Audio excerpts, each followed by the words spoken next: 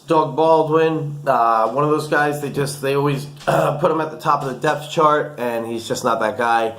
He hasn't been for some time. Honestly, I don't think he ever was.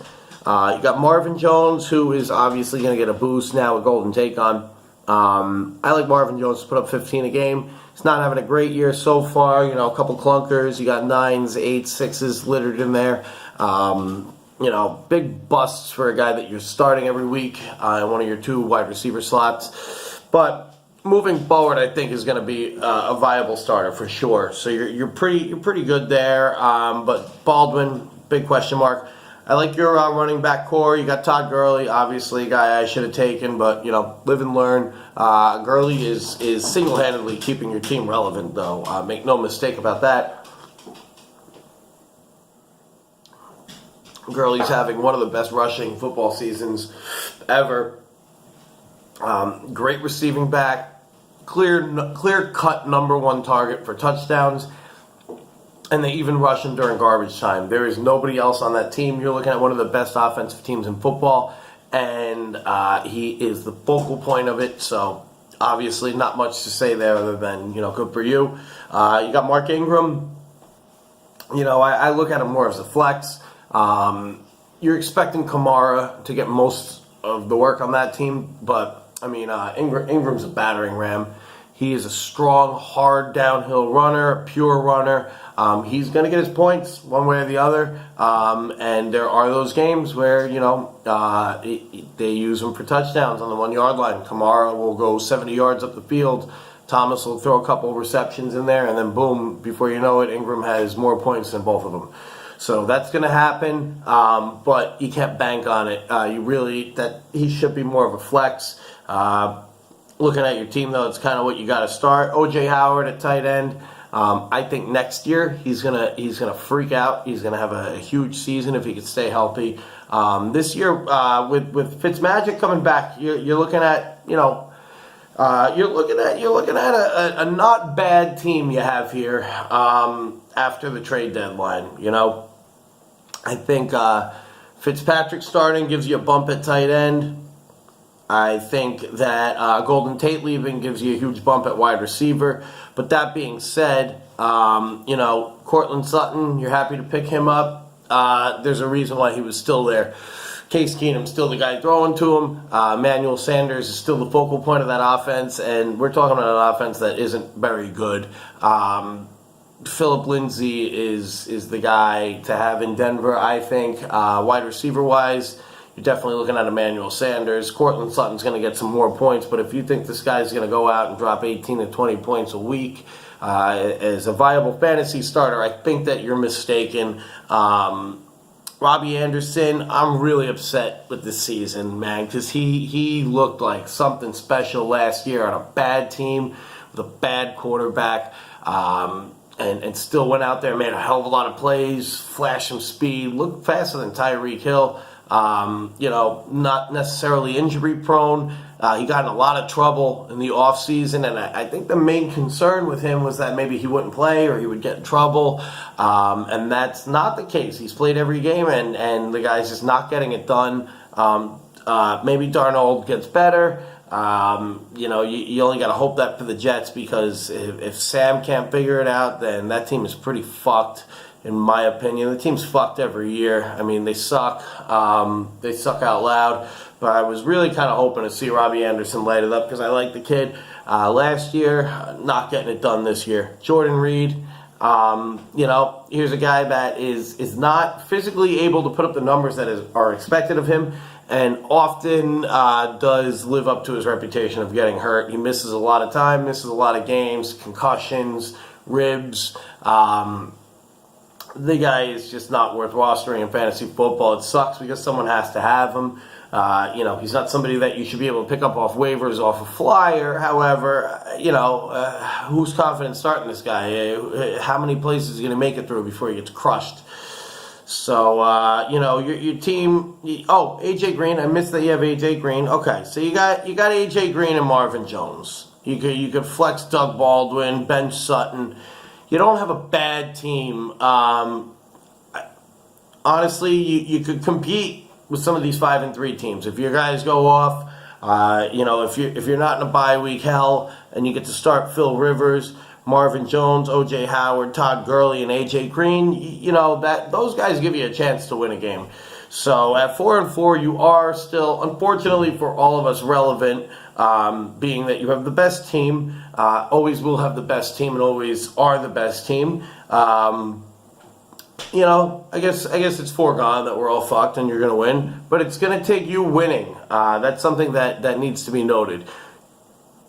With the team that you have and the points that you will put up, I don't think that you can make the playoffs from other people losing. You need to win. You are at 4-4. This is not a 16-game season, sir. This is a 13-game season, and you have just over a month to figure it out and get relevant again. So you need to string together a couple wins. This week you have...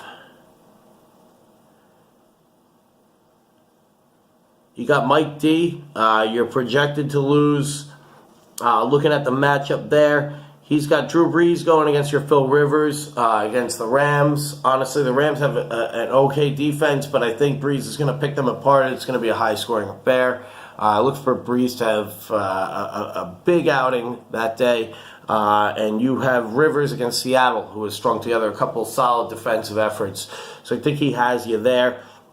He's got Diggs against your Baldwin. I'm taking Diggs every single time. He's got Brandon Cooks going against your Marvin Jones. I think that could be a wash. I think either one of those guys could score between 12 and 25 points. Which one's going to do which, who knows? So that's kind of a dice throw. He's got McCaffrey against your Gurley. Obviously, I'm going to take Gurley. New Orleans' run defense has been surprisingly good this year, but Gurley is very much matchup proof. He puts up 20 points, no problem. Maybe 30, but, McCaffrey, he's going against Tampa Bay. That's a pretty shitty team. So McCaffrey, he's looking to have a day. You got a conference rivalry there with Carolina and Tampa Bay. A lot of those end up being low scoring, but I think Fitzmagic and Cam Newton, they have a showdown, a shootout. I think the run game will be foregone after the second half. But while they're trying to establish it, maybe one of these guys knocks out a touchdown. So McCaffrey, not as good as Gurley. Still a guy that's going to score you some points. You got Deion Lewis going up against Mark Ingram. I'd say your running backs together. Shea is projected a nod at 39 points to Mike's 34. So more evenly matched than eye level goes. Deion Lewis could always rip off for a good game. He's not having the best season, but he does have a tendency at the end of the year to kick things up a little bit. So at running back, I give the nod to Shea, but it's closer than you think. Obviously, you got O.J. Howard versus Vance McDonald. I'm going to take O.J. Howard there. You got Vance McDonald going against Baltimore. Baltimore and Pittsburgh play a real grinder of a game. The tight end might be relevant, but I think ultimately ends up being a pretty mild affair. Actually, I don't know. What am I talking about? Last year, Baltimore versus Pittsburgh had one of the craziest games ever. Just tacking up point after point after point. So who knows where that's going to go. But ultimately on that team, you have James Conner, possibly Le'Veon Bell coming back. You got Juju, you got Antonio Brown. All these guys already have chemistry with Ben.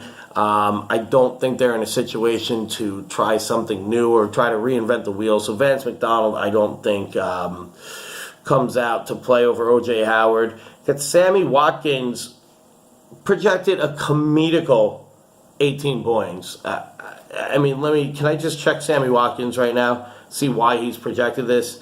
He's got 5, 20, 17, 13, 3, 12, and 30.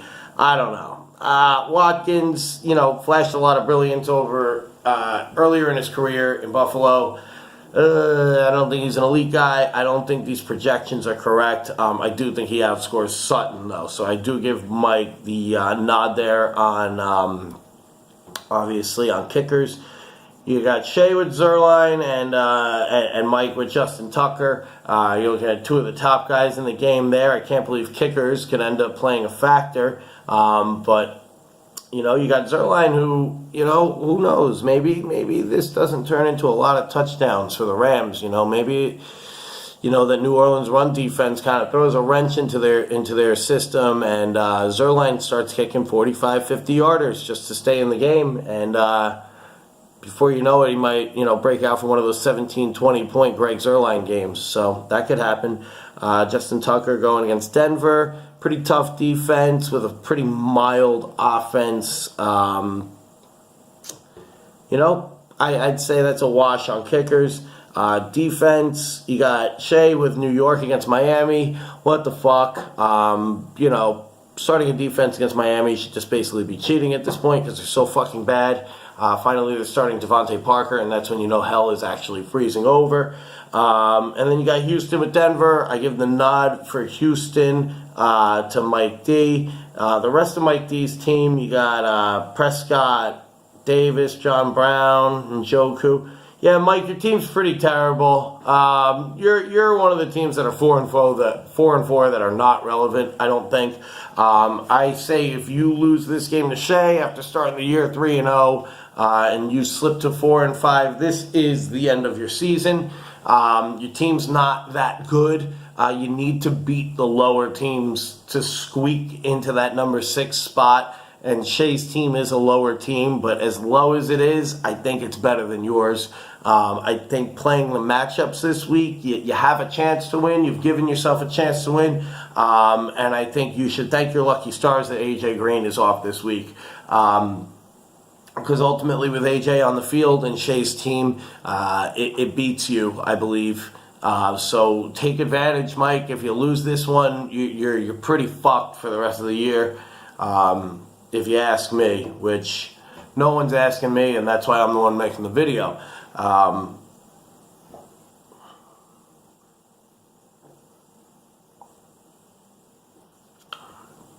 right. So now we're looking into the people that really need some help.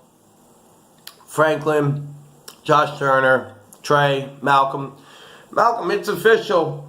This isn't the Malcolm effect like last year, where you have a great team and they just underperform, or you have a great team and you have great points and you just get outscored.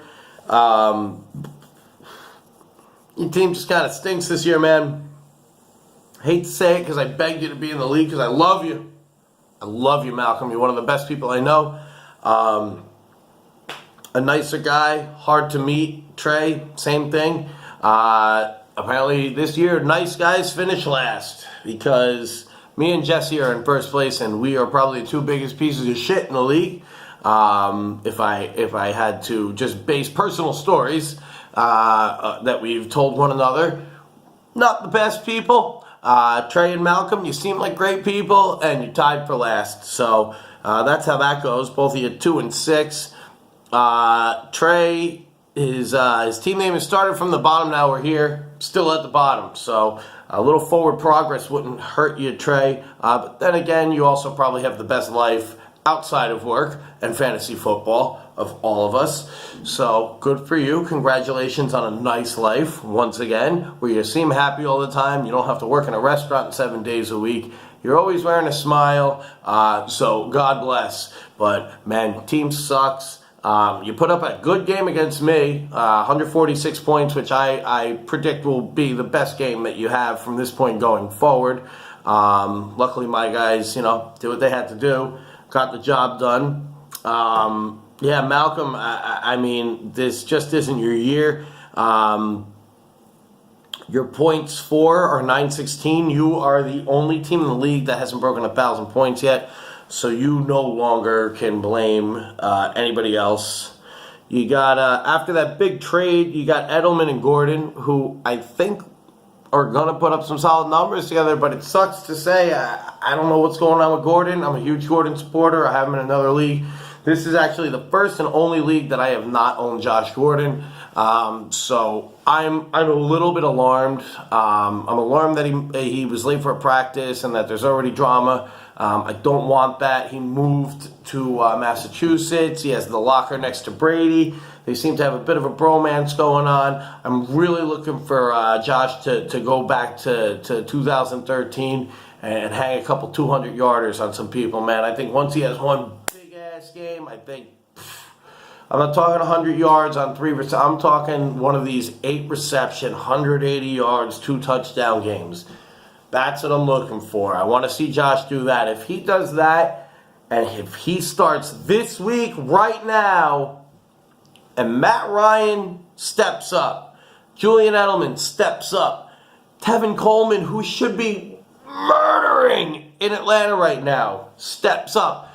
You don't have bad players. Greg Olsen, you're obviously worried about health with this guy. Greg Olsen has been injured every single season he's played it. But if he stays healthy, and Chris Thompson stays healthy, and Tevin Coleman, and Julian Edelman, and Gordon, you got a team that can win, but you literally, at this point of your year, at 2-6, you need them to all go off every week. You need to win games. Unfortunately, I don't see you making the playoffs. However, I have seen somebody go 0-5 to start the year and make the playoffs, but even they won out and finished at 8-5. You're going to have to win out, and people are going to have to lose. Is it possible? Yes. Is it likely? No. I don't hate your team. I think they can compete. I think that you're better than last place, but I don't know. I definitely think you have a better team than Trey, who is still beating you by 100 points in the rankings. So you're gonna need to just win a couple games, man. Don't finish in last, Malcolm, man. I love you, dude. It's too good of a team to finish in last. I mean, I'm looking at Trey's team, and this is a fucking waiver wire team. Outside of Jared Goff, your starting wide receivers are Terrell Williams and Randall Cobb. I mean, they're not even projected 20 points together. You might be the only person in the league that doesn't have a single player on their team projected over 20 points outside of your quarterback. That's pretty bad. You're starting Peyton Barber. Horrible.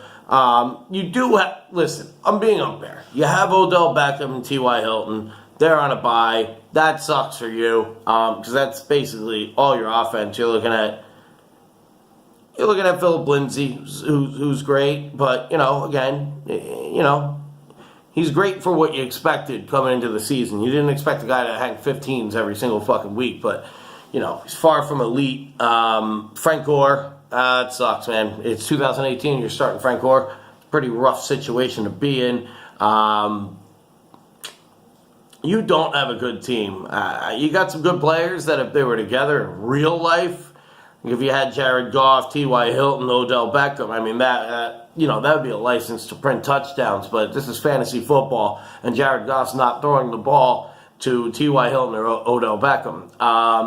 Andrew Luck looks great. Andrew Luck is having a great career resurgence this year, which I'm happy for the guy because, he's always hurt, but when he's on the field, he's a really hard-working guy, really loves the game, has a hell of an arm. But Hilton, you're looking at 15, 21, 10, 18, 18, 4. Again, like a Keenan Allen, you draft a guy to break 20 and get 10 targets every game. It's just not happening for you, pal.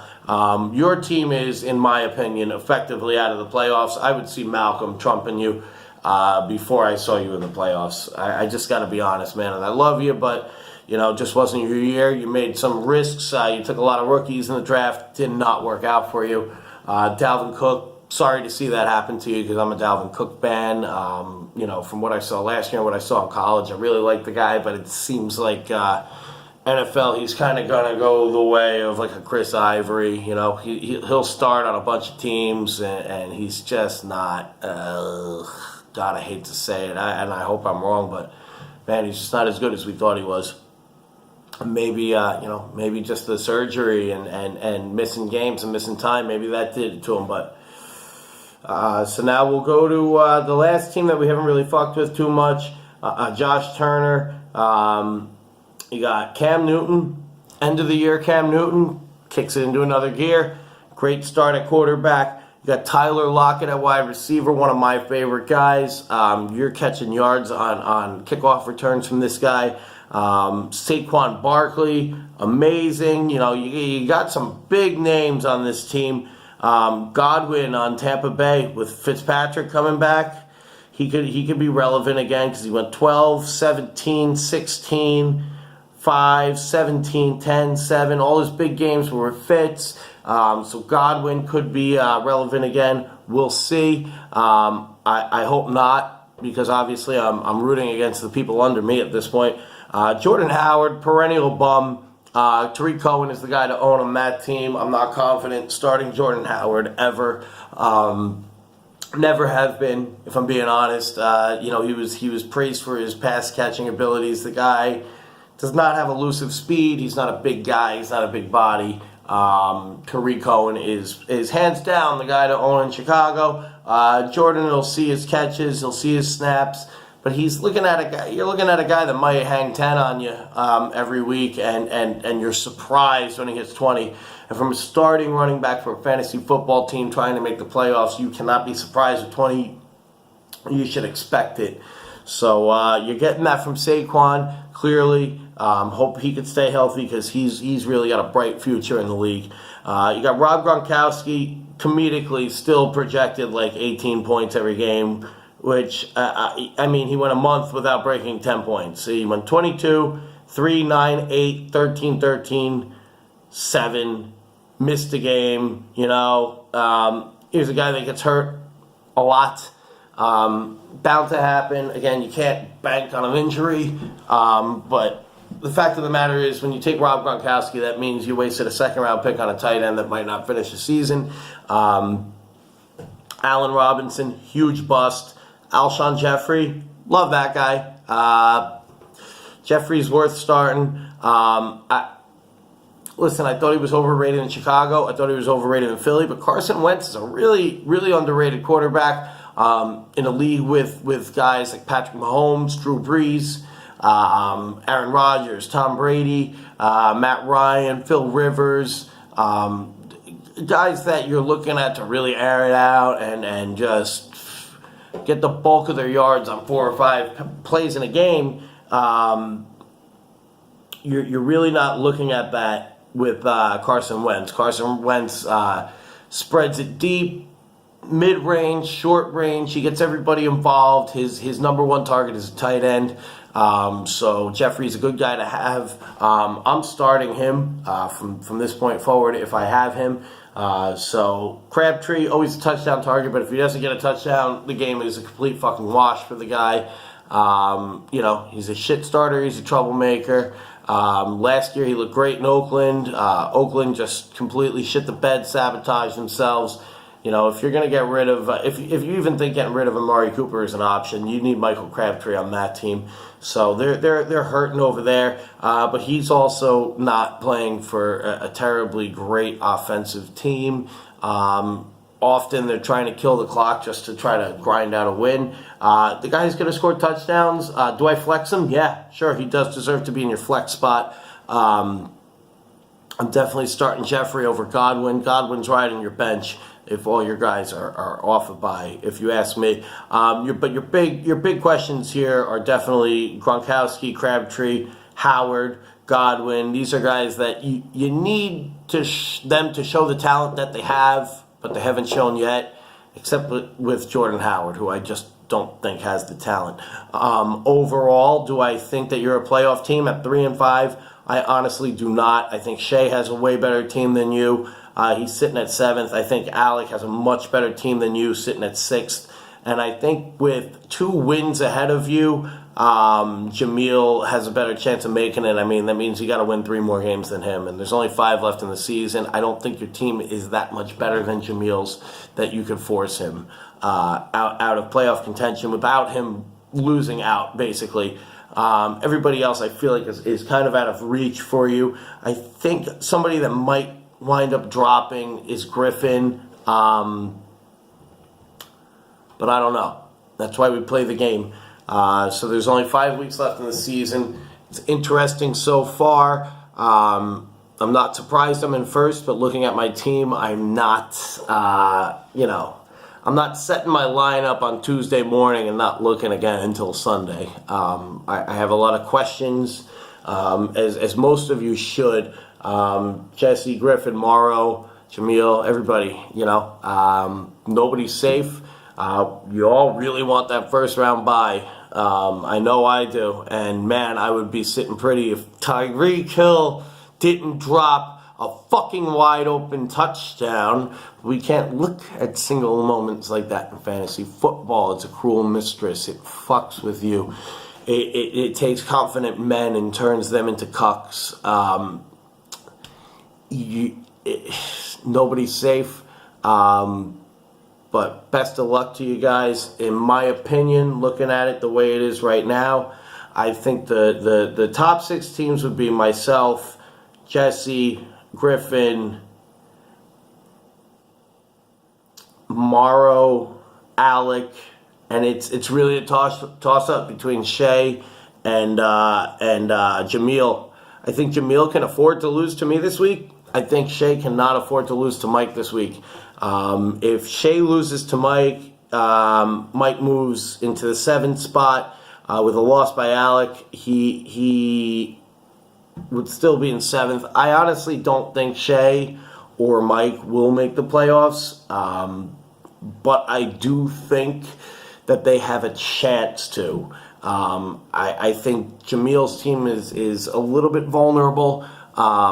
They can lose games. I think will lose a game to me this week, which is going to set one of them up to be the same record-wise as Jamil. And all of these guys have a chance to win games. They also have a chance to lose games. They need to play to win. They can't be worried about if this one loses, I'm here. You need to win games, guys. At 4-4, you need to win games. At least Jamil, he's strung together a couple big wins. 5-3, not highest in points because he's lower actually than Alec and Shay. He's just above Mike D. So Jamil, you're one win, one loss, and one Shay or Mike D win away from being bumped out of that spot, man. So you don't want to be there. But it's tough because you got to face me, and I think I do have a better team than you this week. With Ertz on the field, I think it's not even close. But best of luck to you guys. That's all I got. Fun season so far. I hope we get the band back together next year, but I'll see you all next week.